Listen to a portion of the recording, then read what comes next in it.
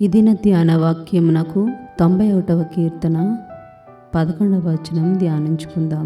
నీ మార్గములన్నిటిలో నిన్ను కాపాడుటకు ఆయన నిన్ను గూర్చి తన దూతలను ఆజ్ఞాపించును.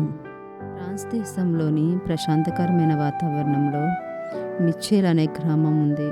ఈ గ్రామంలో 12 సంవత్సరాల ఇజబెల్లా అనే యువతి నివసిస్తుంది. ఈమె తండ్రి యుద్ధానికి వెళ్ళాడు. అయితే ఇజబెల్లా మరియు ఈమె తల్లి ఇంటి వద్దనే ఉంటూ ఏ సమయంలో ఏం జరుగుతుందో తెలియక భయాందోళన చెందుతున్నారు. ఈమె ఒంటరిగా గదిలో మోకరించి ఈ వాక్యాన్ని ధ్యానిస్తుంది.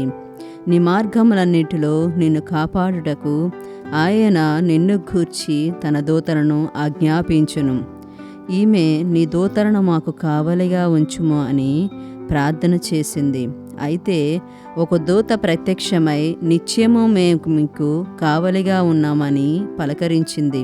ఈ మాటలకు ఇజబెల్లా పరిగెత్తి గ్రామంలోని వారికి ఇలా చెప్పింది.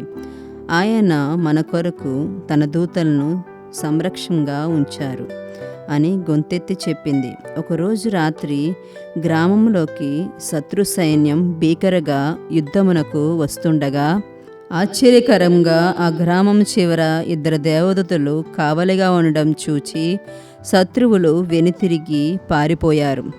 ఇది చూచిన ప్రజలు ఆశ్చర్యానికి గురై నిజమైన దేవుడు మనకు ఆయన దూతను కావలిగా ఉంచాడు అని గ్రహించి గ్రామం అంతా ఏకంగా కూడి దైవ సన్నిధిలో ప్రార్థించసాగారు. అప్పటి నుండి ఆ గ్రామంలోని వారు యుద్ధానికి వెళ్ళిన వారికి గ్రామంలో ఉన్నవారికి కూడా ఆయన సంరక్షకుడిగా ఉన్నాడని తెలుసుకున్నారు. ప్రార్థన.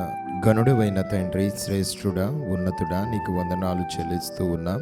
నీ మాటను బట్టి నీకు వందనాలు, స్తుతులు, స్తోత్రాలు. మా మార్గములలో మమ్మలను కాపాడుట కొరకు మీరు మీ దూతలకు ఆజ్ఞ ఇచ్చి నిలిపి ఉంచిన విధమును బట్టి నీకు స్తోత్ర. ప్రతి బిడ్డ యొక్క జీవితములో, వారి ప్రతి ప్రయత్నములో, వారి ప్రతి మార్గములో కూడా సమయానుకూలమైన నీ సహాయమును చూచుటకు నీ కృపను అనుగ్రహించమని ప్రార్థిస్తూ, ఆశీర్వదించి దీవించి గణపరచమని అడుగుతూ యేసు ఘననామములో ప్రార్థించి అడిగి వేడుకుంటున్నాము తండ్రి. ఆమేన్. దేవుడు మీ అందరినీ దీవించునుగాక.